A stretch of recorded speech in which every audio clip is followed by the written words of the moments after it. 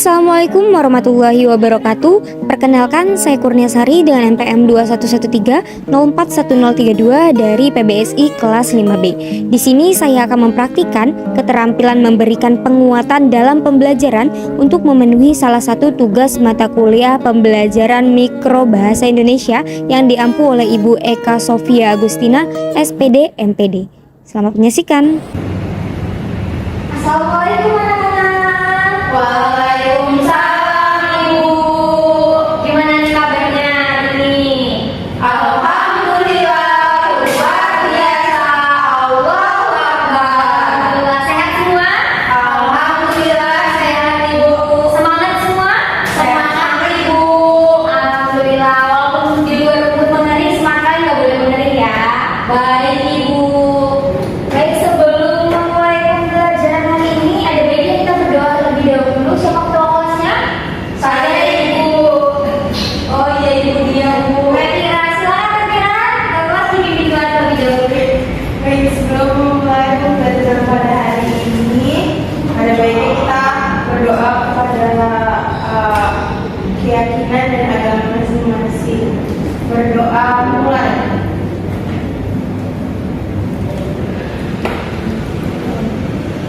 Berdoa selesai. Ucap salam. Assalamualaikum warahmatullahi wabarakatuh. Waalaikumsalam warahmatullahi wabarakatuh. Ibu presentasi terlebih dahulu ya. Baik Ibu. Ria Pujastuti hadir. Hadir Bu. Retira hadir. Hadir Ibu. Abia. Tadi di depan ini Bu. Tadi ada. Tapi masih ada Ibu. Bolos di ya dalam pelajaran itu. Benar Ibu. Maria. Maria juga tidak hadir Ibu. Ada keterangan? Tidak ada Ibu, tidak ada suratnya. Tidak apa-apa. Nanti. Baik anak-anak, sebelum memulai pembelajaran, Ibu menginformasikan bahwa Ibu membawa satu catatan. Catatan ini berisi keaktifan anak-anak sekalian apabila bertanya, menambahkan, dan menjawab dari semua aktivitas yang ada pada pembelajaran hari ini. Nah, sebelum masuk ke dalam materi kita pada hari ini, Ibu mau bertanya nih, pada pertemuan kemarin ada yang masih ingat nggak kita belajar mengenai apa? Saya Ibu. Silakan Natalia. Pembelajaran kita pada minggu lalu itu tentang teks biografi Bu. Mantap, teks biografi. Nah, lalu teks biografi itu apa? Masih ingat tidak? Masih Bu. Baik, Bu. Siapa ya? Baik, nah, saya kira. Teks biografi itu merupakan teks berupa riwayat hidup seseorang yang ditulis oleh orang lain Ibu. Biasanya dalam teks biografi itu berupa orang-orang penting seperti pahlawan atau pemerintahan itu. Baik, berisi riwayat hidup seseorang yang penting gitu ya. Nah, dalam teks biografi ini biasanya berisi opini atau fakta? Fakta Ibu. Berisi fakta. Nah, jika pada pertemuan lalu kita sudah membahas satu teks yang berisi fakta, ini masuk ke fiksi atau non fiksi? Non fiksi. Betul, non fiksi. Nah, kita sudah mempelajari satu teks yang berisi fakta, maka pada pertemuan ini kita juga akan mempelajari teks yang berisi fakta. Teks ini adalah teks laporan hasil Observasi.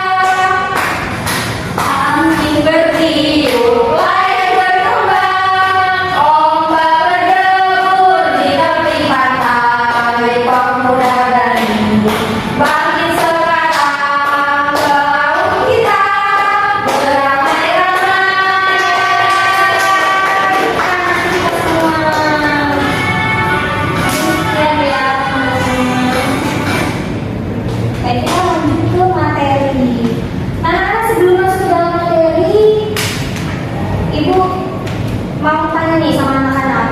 Dari lagu yang baru ditampilkan tadi, kira-kira ambilan atau pesan apa yang ada dalam lagu tersebut? Ada yang tahu? Saya Ibu. Ya silakan Alevira. Harus pantang menyerah Ibu, menerjang ombak itu merupakan hal yang biasa kita lakukan. Pintar, kita nggak boleh pantang menyerah. Ada lagi? Baik, jadi sebagai seorang pemuda, kalian itu tidak boleh patah semangat gitu, karena nenek kita adalah seorang pelaut. Betul. Kita lanjut kepada materi. Materi kita adalah teks laporan hasil observasi. Sebelum masuk ke dalam materi lebih lanjut, Ibu mau bertanya, anak-anak sudah pada tahu apa itu teks laporan hasil observasi? Belum Ibu. Belum pada tahu tuh teks laporan hasil observasi, baik Ibu cerita ya. Jadi, teks laporan hasil observasi adalah teks yang berisi penjabaran umum atau melaporkan sesuatu berupa pengamatan atau observasi. Nah, biasanya teks ini berisi laporan dari hasil pengamatan. Nah, anak-anak akan diajak untuk mengamati suatu hal dan hasil dari pengamatan ini disebut dengan teks laporan hasil observasi. Betul. Nah, selanjutnya dalam teks laporan hasil observasi ini terdapat 3 struktur di dalamnya. Ada yang namanya pembuka, isi, dan penutup. Nah, anak-anak, di dalam pembuka ini biasanya berisi definisi umum di dalamnya, sedangkan di bagian isi ini berisi deskripsi bagian. Selanjutnya di bagian penutup ini berisi simpulan. Kayak metodologi gitu ya di sini. Iya, nanti bisa nggak? Beda loh. Ya udah. Selanjutnya Ibu jelaskan satu-satu untuk pembuka atau definisi umum. Bagian ini berada di awal teks dan berisi pengenalan objek yang akan diamati. Nah, biasanya dalam teks laporan hasil observasi, bagian pembuka atau definisi umum ini berada pada awal teks. Biasanya ini tersedia paragraf gitu. Nah, di paragraf ini yang pertama biasanya adalah bagian pembukanya. Untuk bagian pembuka ada yang dibingungkan atau Belum Ibu. tidak ada yang bingung? Tidak ada, Ibu. Wah, pintar sekali. Kita lanjut untuk bagian isi atau deskripsi bagian.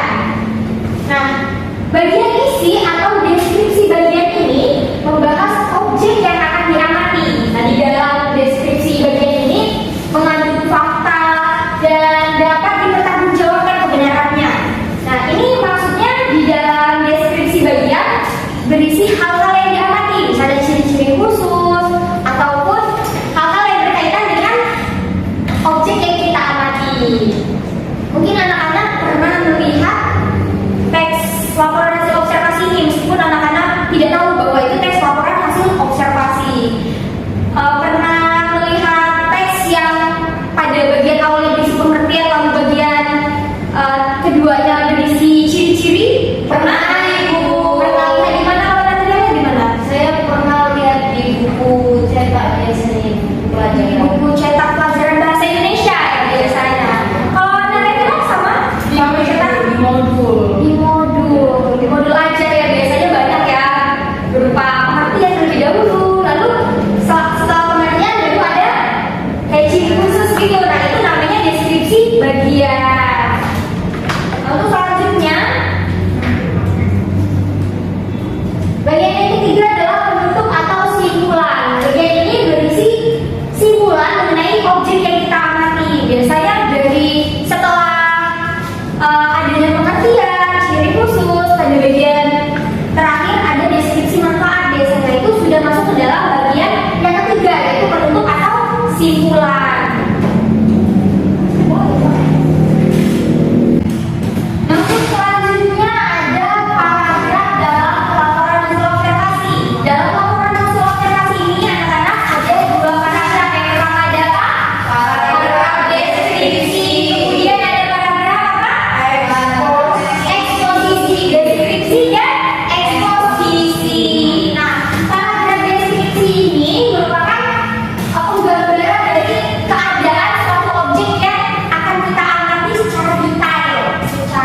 dulu gitu. Nah, sedangkan paragraf eksposisi ini menjelaskan informasi tentang hal-hal secara khusus. Jadi deskripsi ini secara umumnya, eksposisi ini secara khususnya. Aku akan coba dengan memberikan ilustrasi atau contoh dari apakah bisa terbaca? Terlalu kecil ibu. Ibu berbesar. Bisa? Bisa ibu, bisa.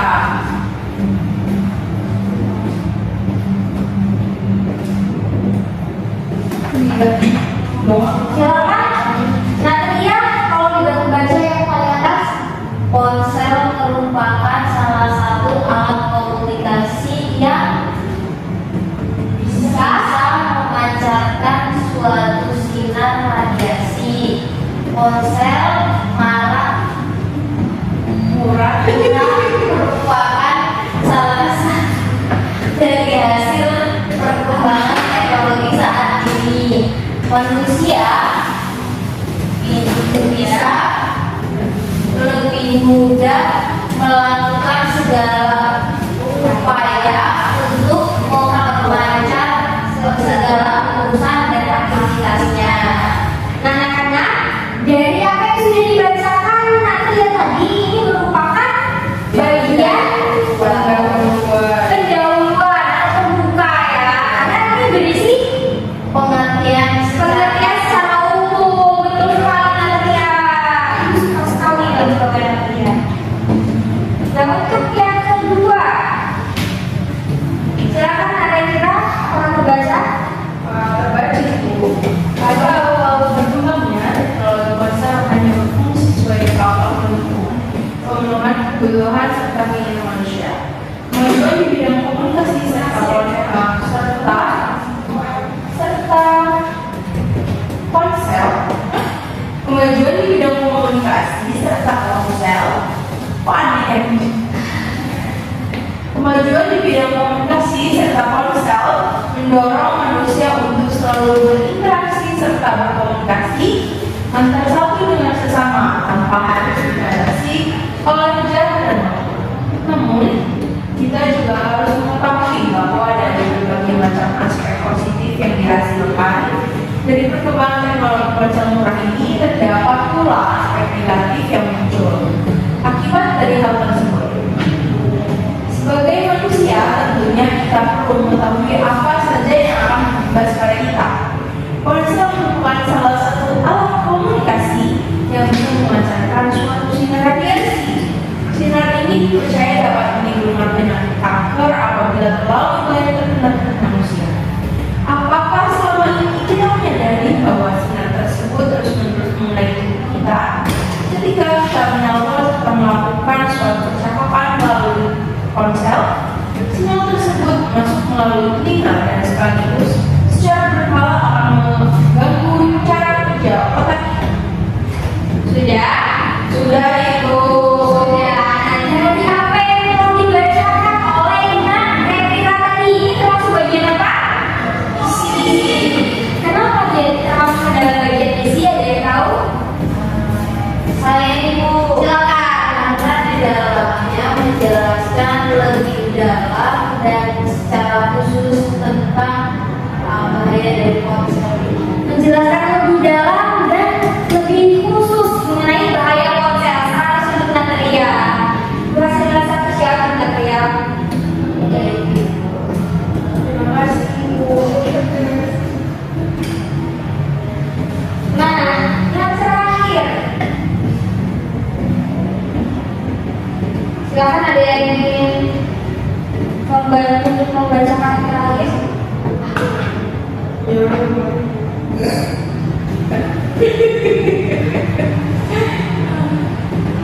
Baik, selanjutnya adalah deskripsi manfaat. Banyaknya kemudahan yang dapat dirasakan manusia mencakup berbagai hal. Ini udah ditelah. Ini masih baca Untuk lebih memantapkan dan dari materi hari ini,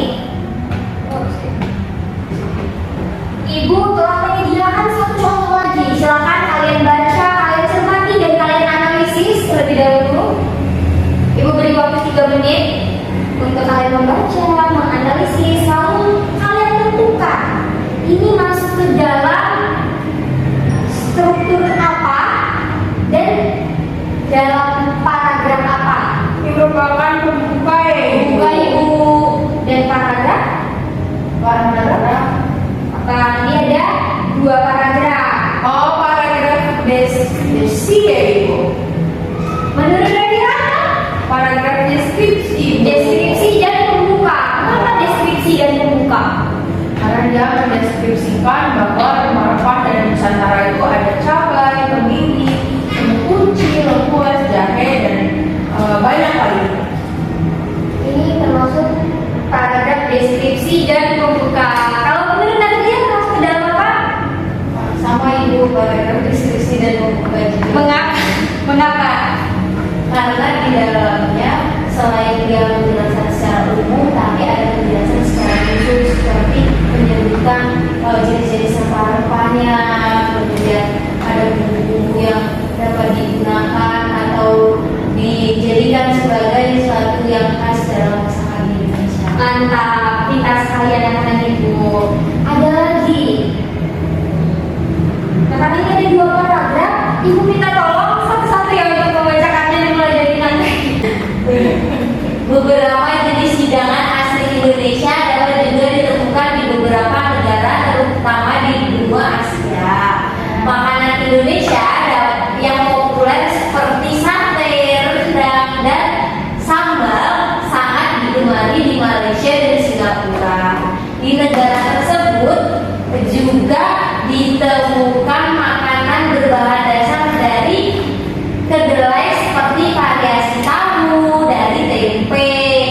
Tempe dianggap sebagai penemuan asli Jawa, khususnya adaptasi lokal dari fermentasi kedelai. Jenis lainnya dari makanan fermentasi kedelai adalah oncom. Makanan ini mirip dengan tempe, tetapi menggunakan jenis jamur yang berbeda di Jawa Barat. Jenis Jawa jamur yang berbeda ini yang Di Jawa berbeda. Barat. Di Jawa Barat, makanan oncom ini sangat populer. Silakan, nah Radira. Baik Ibu, setiap daerah di Indonesia memiliki makanan khas yang berbeda. Contohnya kota Jakarta identik dengan traktor, kota Jakarta identik dengan gudeg, sedangkan kota Semarang identik dengan lumpia. Dan hanya 3 kota tersebut yang memiliki makanan khas. Di ujung utara Pulau Sumatera juga terdapat memiliki makanan khas yang terkenal yaitu pika ambon. Sementara itu, di ujung paling timur Indonesia, tepatnya Papua, terkenal dengan makanan khasnya yaitu papeda, yakni makanan yang berbahan dasar sagu. Nah, anak-anak, dari apa yang sudah kalian baca tadi, ini termasuk dalam struktur teks aplikasi observasi bagian apa? Isi, Bu. Bagian isi. Paragraf pertama atau paragraf kedua? Paragraf kedua. Pertama atau paragraf kedua, Radira? Pertama Ibu. Kalau Radira pertama, kalau Nadia? Kedua Ibu. Kedua. Nah, Radira pertama, Nadia kedua. Jawaban yang benar adalah Yang pertama. dua-duanya adalah kalimat di dalam bagian deskripsi atau bagian isi. Kenapa begitu? Karena mendeskripsikan Ibu. Betul, karena mendeskripsikan bagian secara khusus di dalamnya. Ini masuk ke dalam bagian deskripsi atau isi. Nah, anak-anak, dari materi yang sudah disampaikan, adakah yang ingin ditanyakan? Cukup? Baik, karena cukup dan kalian sudah terlihat mengerti, Ibu rasa mungkin sekian materi yang dapat Ibu sampaikan. Namun sebelum menutup pertemuan kita pada hari ini,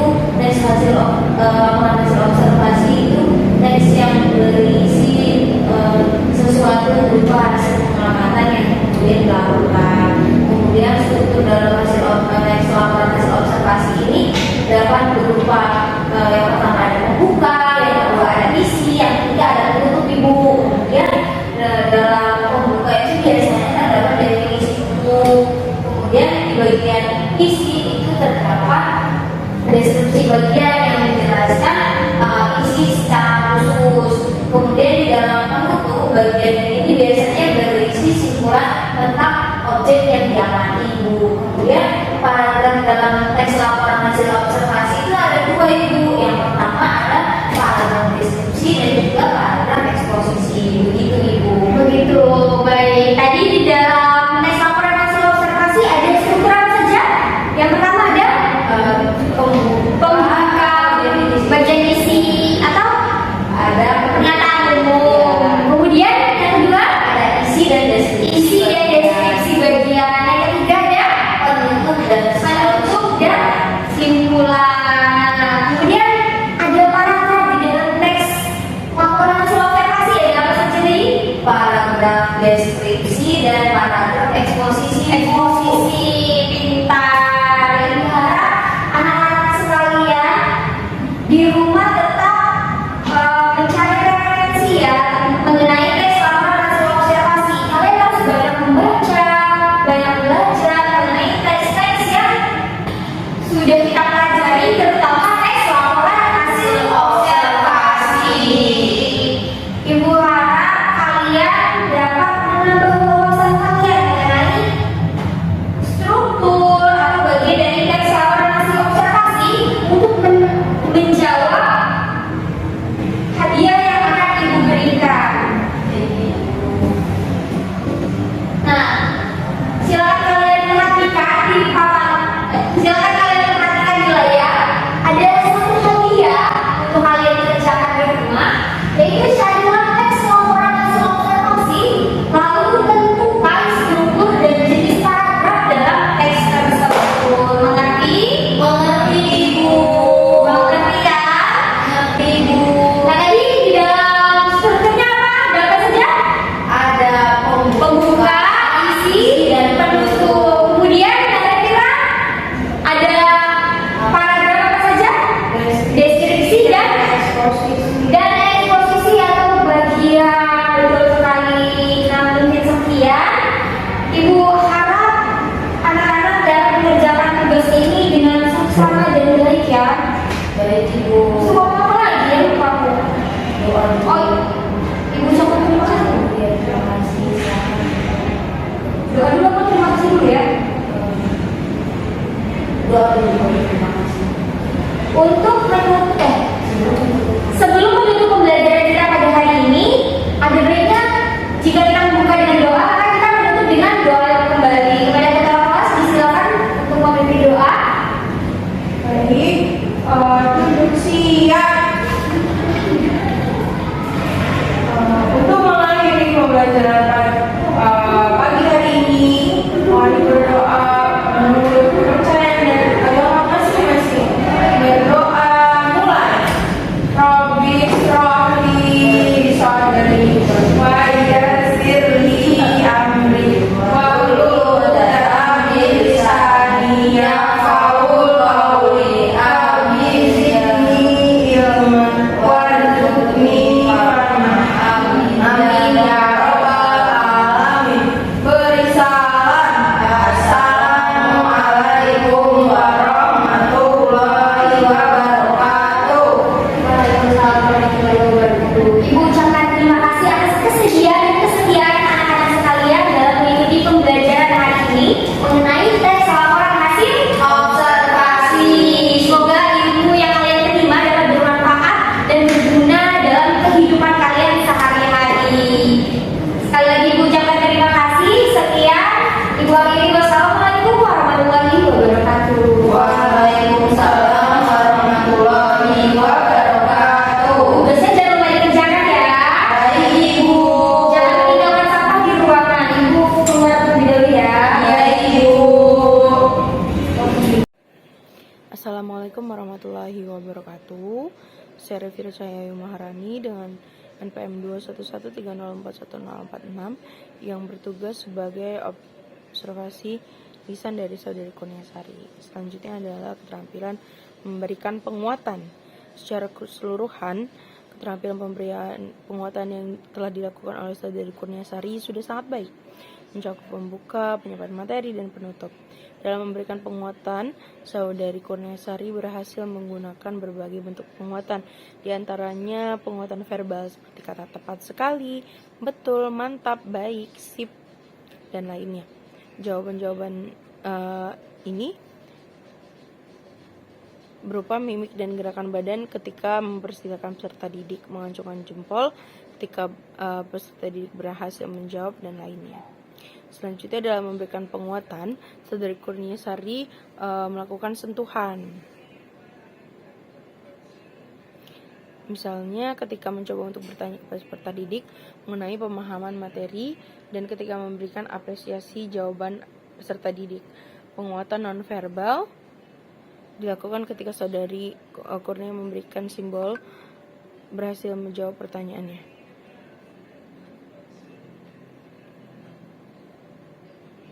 Dalam hal ini, Saudari Kurniasari sempat memberikan penguatan dengan kegiatan yang menyenangkan, yaitu memberikan kesempatan kepada peserta didik untuk bertanya dan menunjuk peserta didik lainnya untuk menjawab pertanyaan yang telah disiapkan.